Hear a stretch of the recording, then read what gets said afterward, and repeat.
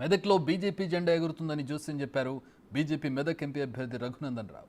Corona కష్టకాలం నుంచి నేటి వరకు పేదలకు అండగా ఉంది నరేంద్ర మోదీ ప్రభుత్వం అని తెలిపారు. కేసీఆర్ అక్రమంగా ఫోన్ ట్యాపింగ్ చేశారని, తెలంగాణలో బీఆర్ఎస్కు ఒక్క సీటు కూడా రాదంటున్న రఘునందన్ రావుతో మా ప్రతినిధి Durga Reddy face to face. Medak parliament నియోజకవర్గానికి బీజేపీ పార్టీ అభ్యర్థి తరఫున మాధవని రఘునందన్ రావు ఇప్పుడే నామినేషన్ దాఖలు చేసి బయటకు రావడం జరిగింది. కానీ నిజంగానే వాళ్ళ ప్రచారం ఈ విధంగా కొనసాగుతుందో తెలుసుకునే ప్రయత్నం చేద్దాం. నిజంగానే బీజేపీ ఇప్పుడు ఆలి నరేంద్ర తర్వాత ఇక్కడ మెదక్ కిల్లా మీద బీజేపీ జెండా ఎగరలేదు. ఇప్పుడు ఎగరబోతుందా?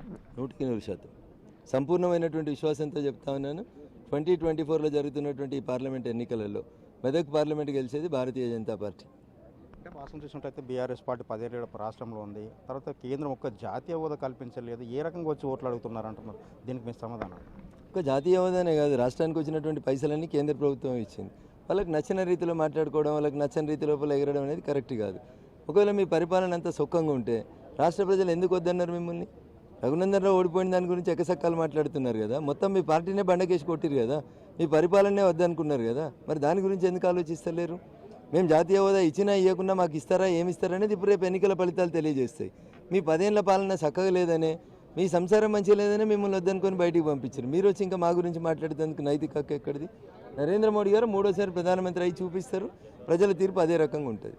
అంటే మీరు కాంగ్రెస్తో పోటా లేకపోతే ఇప్పుడు బీఆర్ఎస్తో పోటా? అసలు నిజంగానే బీజేపీ ఎవరితో పోటీ అనుకుంటుంది? పోటీల గురించి మాట్లాడాల్సిన అవసరం నాకు లేదన్న.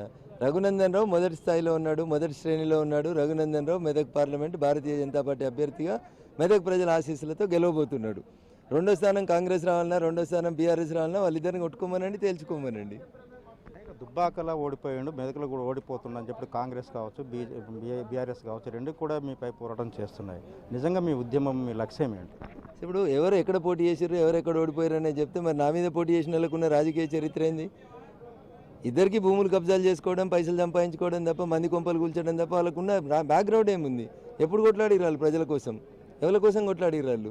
ఏ ప్రజల కోసం కొట్లాడిర్రు చెప్పమనండి వాళ్ళకి. వాళ్ళు ఏం చేసిర్రు ఈ జిల్లాకి? ఈ జిల్లా ప్రజలతో వాళ్ళకున్న సంబంధం ఏంది? ఏ సమస్య మీద ఎవరితో కొట్లాడిరో చెప్పమనుండ్రి. నేను చెప్తా వాళ్ళ చరిత్రలు. భవిష్యత్తు ఇంకా ముంగటుంది కదన్న, కాలం ముందుంది కాబట్టి బరాబర్ చెప్తాను వాళ్ళ గురించి చరిత్రని. దాంట్లో ఏం అనుమానం లేదు. ఈ ఫోన్ ట్యాపరింగ్ విషయంలో చూస్తే గతంలో జరిగింది, ఇప్పుడు జరుగుతుంది. దీంట్లో చాలామంది ప్రముఖులు ఉన్నారు, ప్రజాప్రతినిధులు ఉన్నారు.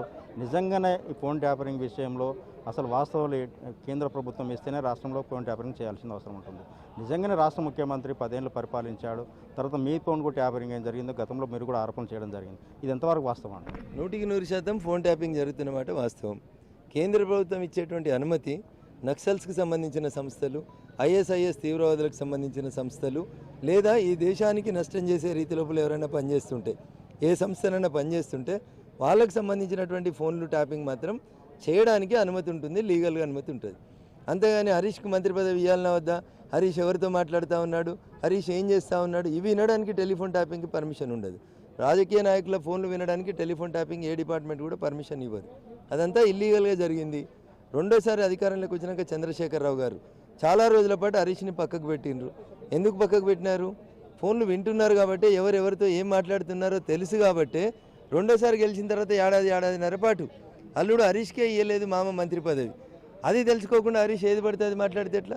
వ్యక్తిగా రఘునందన్ ఓడిపోవచ్చు, పార్టీగా మీ మామ ఓడిపోయింది కదా, నువ్వు ఓడిపోయినావు కదా, మీ అభివృద్ధిని ప్రజలు వద్దనుకున్నారు కదా. రఘునందన్ ఓడిపోయిందని మాట్లాడుతున్న వాళ్ళు కాంగ్రెస్ వాళ్ళు ఏమైనా గెలిచిరైంది?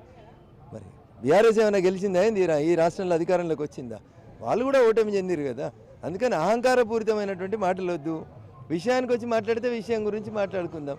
అహంకారం గురించి మాట్లాడితే ప్రజలు సమాధానం చెప్తారు. దానికి ఈసీ కంప్లైంట్ చేశారు సంగారెడ్డి ఎమ్మెల్యే చింత ప్రభాకర్, తర్వాత మీపై ఏమవుతుంది? దాంతో నేను తప్పు చేసినాను వాళ్ళు భావిస్తే కేసు రిజిస్టర్ చేస్తారు, ఇన్వెస్టిగేట్ చేస్తారు. సాక్ష్యాధారాలు ఉంటే కోర్టులో ట్రయల్ని ఫేస్ చేస్తాం. అట్లాగా ఉడత ఊపులకి రఘునందన్ రావు భయపడ్డాడు. కేసులు రఘునందన్ రావుకి ఇయ్యాల కాదు, తెలంగాణ ఉద్యమంలోకి వెళ్ళి వచ్చినాయి. ఇప్పుడు నా మీద కేసులు పెడుతున్న వాళ్ళు కొత్తగా పోలీస్ స్టేషన్లు చూస్తున్నారు. మేము చూసి ఇందాక వచ్చిన వాళ్ళం, 20 ఏళ్ళకి వెళ్ళి చూసి తకాయించిపోయిన వాళ్ళం. కోర్టు ఏంది, కేసు ఏంది, చట్టం ఏంది తెలియనంత అమాయకుడు కాదు రఘునందన్ రావు. బరాबर నేను మళ్ళీ చెప్తా ఉన్నా, ईट का जवाब जरूर पत्थर से देने वाला हूँ, उसमें कोई शक नहीं है, उसमें कोई डर भी नहीं है मेरे को. Thank you. అదేవిధంగా చూడొచ్చు, ఈసారి మాత్రం మెదక్ జిల్లాలో బీజేపీ జెండా ఎగరబోతుందని చెప్పి రఘునందన్ రావు స్పష్టం చేయడం జరుగుతుంది. వాస్తవాలు చేసిన అన్ని పార్టీలు కూడా ఏకచక్రపత్యంగా మూకుమ్మడి దాడి చేసినా కానీ ఫైనల్గా బీజేపీ విజయం సాధిస్తుందని చెప్పి ధీమాలో రఘునందన్ రావు ఉన్నారు. కెమెరామెన్ కరుణాకర్తో దుర్గారెడ్డి.